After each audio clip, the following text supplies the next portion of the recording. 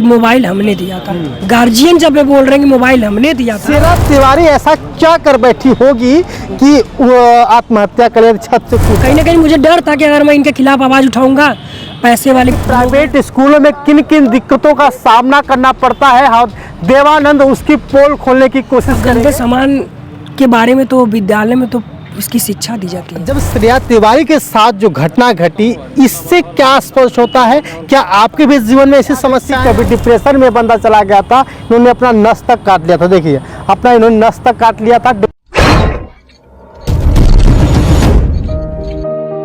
नमस्कार, उत्तर प्रदेश के आजमगढ़ जिले में है और श्रेया तिवारी नाम की एक बिटिया जो अपन 11वीं कक्षा में पढ़ती थी, अपने ही स्कूल से छलांग लगा करके आत्महत्या कर लेती है। लेकिन कुछ लोग कह रहे हैं कि आत्महत्या नहीं बल्कि ये हत्या है। बहुत सारे मामले देखे और सुने गए हैं, लेकिन एक बात समझ नहीं आती है कि ये प्राइवेट स्कूल वाले ऐसा क्यों करते हैं। हमारे साथ एक शख्स मौजूद हैं जो श्रेया तिवारी जिस स्कूल में पढ़ती थी, उस जो बजरंग तिवारी त्रिपाठी थे, उन्हीं के एक और स्कूल है, उन्हीं वहीं भी पढ़ते थे। उनसे हम बात करेंगे कि एक समय ये भी था कि ये भी सुसाइड करने के बारे में सोच रहे थे। क्या कारण था भैया, क्या कारण था बताइए? कारण यही था कि डिप्रेशन में चले गए थे। अच्छा, आप डिप्रेशन में चले गए? बिल्कुल। हाँ। कॉलेज के भी प्रताड़ना थी। हाँ। कॉलेज के जो स्टूडेंट है, हाँ। थोड़ा सा मजाक करना, मजा लेना, वहाँ पे मुझे इमेज थोड़ा सा अपना घटता हुआ दिखता था।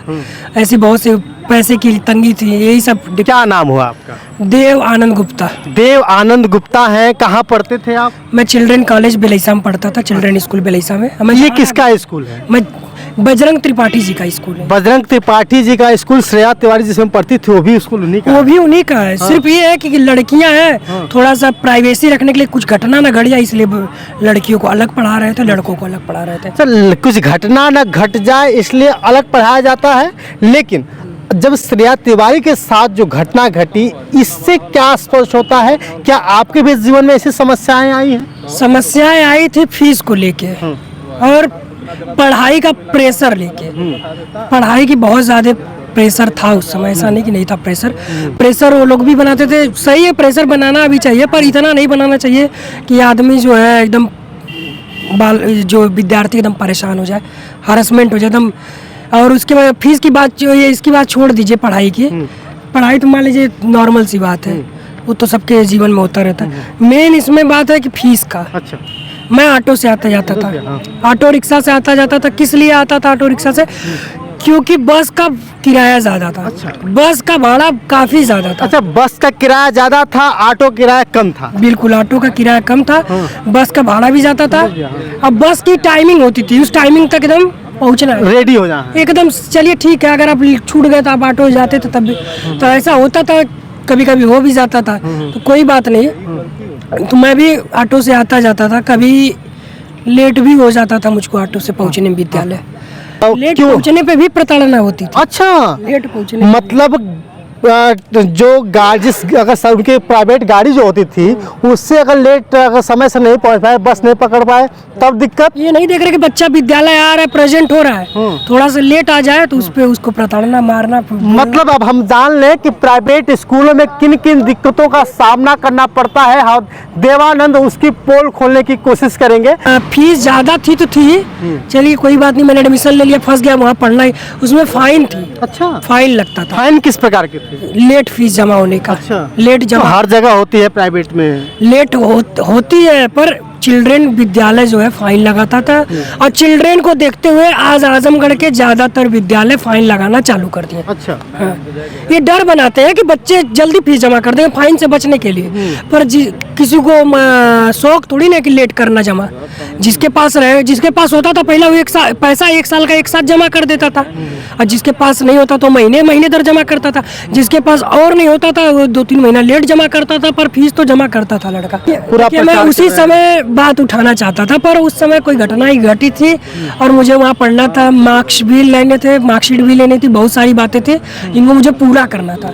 कहीं ना कहीं मुझे डर था कि अगर मैं इनके खिलाफ आवाज़ उठाऊंगा, पैसे वाले लोग हैं, बजरंग त्रिपाठी, बहुत इनके पास पैसे का पावर बहुत ज़्यादा है, पॉलिटिकल पावर भी है इनके पास। ऐसा नहीं कि पॉलिटिकल। सवाल तो ये उठता है कि जब महंगी फीस थी तो आप पढ़ाई छोड़ दिए होते? मैं देखिए, मैं दूसरे किस्म का, मैं किसी चीज़ को जल्दी छोड़ता नहीं, हार नहीं मानता, मैं लगा रहता हूँ। जब मैं इनका इतना फाइन भरा हूँ, तो मैं फाइन कैसे भर दिया जब इतना सक्षम था तभी ना। तो कितना फाइन भरा है आपने? मैंने 3131 रुपया अभी फाइन भरा है। और कितना फीस थी उस समय?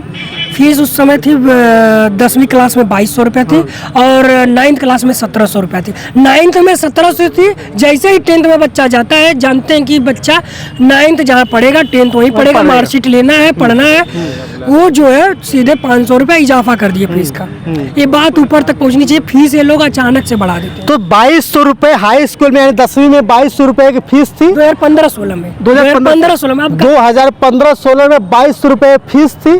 3131 रुपये इन्होंने फाइन भरा, इसलिए कि उस समय इनके पास पैसे नहीं थे कि हम पैसा जमा कर गए, यानी फीस जमा कर पाए। उसके बाद जब 3131 जमा कर पाते हैं कि नहीं कर पाते हैं आप? बिल्कुल, मैं इससे पहले भी बहुत सारी फाइन भरा हूँ। 250 रुपया, 90 रुपया, 73 रुपया, 450 रुपया, 500 रुपया, 1000 रुपया, बहुत सारी फाइन भरा। मेरा अक्सर का था लेट ही जमा होता था फीस, पर मैं फीस सारी जमा करता था, लेट सवेरे जमा कर देता। क्या कभी ये नहीं कहा प्रशासन से कि भैया सर मेरी फीस कम कर दी? मैंने एप्लीकेशन इसके लिए लिखा था, वो एप्लीकेशन भी आज रखा हूँ। 2016 का एप्लीकेशन है मेरे पास, आप लोग फोटो भी ले लीजिएगा, दिखा सकते हैं। एप्लीकेशन लिखा था आपने? हाँ भैया, एप्लीकेशन उस समय का दो एप्लीकेशन है। एप्लीकेशन लिखा था इन्होंने कि कम से कुछ कंसेशन कर दिया जाए। या तो पहले था कि माफ कर दीजिए, पहले डिमांड था माफ कर दीजिए, अगर नहीं माफ करते हैं तो कुछ कंसेशन कर दीजिए। दोनों डिमांड थी मेरी, पर मेरे दोनों डिमांड को नहीं पूरा किया। मतलब आपके डिमांड नहीं पूरे हुए, आपकी फीस माफ नहीं हुई, आप पैसे नहीं दे पाते थे, फिर पढ़ते रहे, वहां से पास होते हैं, श्रेया तिवारी की घटना घटती है। श्रेया तिवारी ऐसा क्या कर बैठी होगी कि वो आत्महत्या कर छत से कूद जाती है, ऐसा बताया जा रहा है। वो डिप्रेशन में गई है। लोग जो वहाँ के मैनेजर है, जो प्रिंसिपल है, ये लोग ने उसको डिप्रेशन में अपनी बातों से प्रताड़ित करके, सबके सामने जलील करके, बेइज्जत करके, उसको अब पिता का डर दिखा के, समाज का डर दिखा के उसको जो है उकसाया है ये कदम उठाने के लिए। और ये आत्महत्या नहीं, हत्या है। ये आत्महत्या नहीं, हत्या है। आप इसको मानते हैं? बिल्कुल हत्या करो। लेकिन बताया जा रहा है कि लड़की के मोबाइल पाया गया उसके हाथों में, बैग में कुछ अलग अलग चीजें पाई। मोबाइल जो पाया गया, उनके पिताजी ने, श्रेया तिवारी जी के पिताजी ने खुद ही बयान में पहले ही दिन बोल दिया कि मोबाइल हमने दिया था। गार्जियन जब बोल रहे हैं कि मोबाइल हमने दिया था, और इसलिए दिया था, बच्ची ऑटो से आती जाती थी, कहीं ना कहीं उसकी भी आर्थिक स्थिति दिक्कत रही होगी, तभी ना ऑटो से आती जाती थी। ऑटो से आती जाती थी, फीस जो है उसकी भी जो है दिक्कतें थी, तो वो सेफ्टी के लिए देते। अगर मान लीजिए कभी ऑटो ना मिले, या ऑटो में कुछ हो जाए, एक्सीडेंट हो जाए या कुछ हो जाए, कोई भी घटना घटती है, उसको सूचित करने के लिए, उसके सेफ्टी के लिए उन्होंने फ़ोन दिया था। और इस बात का प्रूफ भी हो चुका है, जब यहाँ के एसपी जो हैं बोले, अनुराग आर्य जी ने बताया कि सिम जो है पिता के नाम पे थी। साफ साफ दिख जाता है कि पिता ही सिम दिए थे, और कीपैड मोबाइल था। बहुत बड़ी बात नहीं कीपैड मोबाइल होना। और दूसरा जो बोल रहे गंदा सामान मिला था, तो इसका तो पता नहीं बरामद हुआ है कि नहीं गंदा सामान, या कोई डाल दिया बैग में, क्या है उसकी कहानी मैं नहीं जानता हूँ।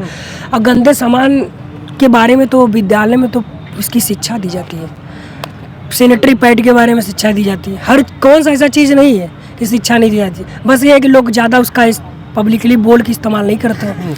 बहुत सी ऐसी चीज़ें हैं कि जो पढ़ाया जाता है विद्यालय में, अब उसको कोई एकदम गंदा समझे। बच्ची है, टीनेजर्स एज में है, गलती कर दी होगी, समझ नहीं है उतनी, तो आप उसको सही से टॉलरेट करिए उसको। हमारे साथ मौजूद थे देवानंद जी। देवानंद जी का साफ साफ कहना है कि प्राइवेट स्कूल में ये सब गंदगियाँ भरी हैं। गंदगियाँ क्या है? प्राइवेट पैसा ज़्यादा लेना, बिना मतलब का पैसा लेना। अगर ये लोग अगर पैसा नहीं दे पाते हैं तो इनके साथ पैसा बढ़ा कर देना पड़ता है। ऐसी स्थिति आ गई थी, कभी डिप्रेशन में बंदा चला गया था, इन्होंने अपना नस तक काट लिया था। देखिए, अपना इन्होंने नस तक काट लिया था। डिप्रेशन इतना हो गया था कि पढ़ने के लिए उम्मीदें टूट चुकी थी, फिर भी भाई देना था पैसा। 2200 रुपये फीस, 3131 रुपये का ब्याज दे दिए थे। अब सोचिए कि प्राइवेट स्कूल में आप पढ़ाना चाहेंगे या नहीं चाहेंगे? कमेंट करके जरूर बताइएगा। बहुत बहुत धन्यवाद, शुक्रिया।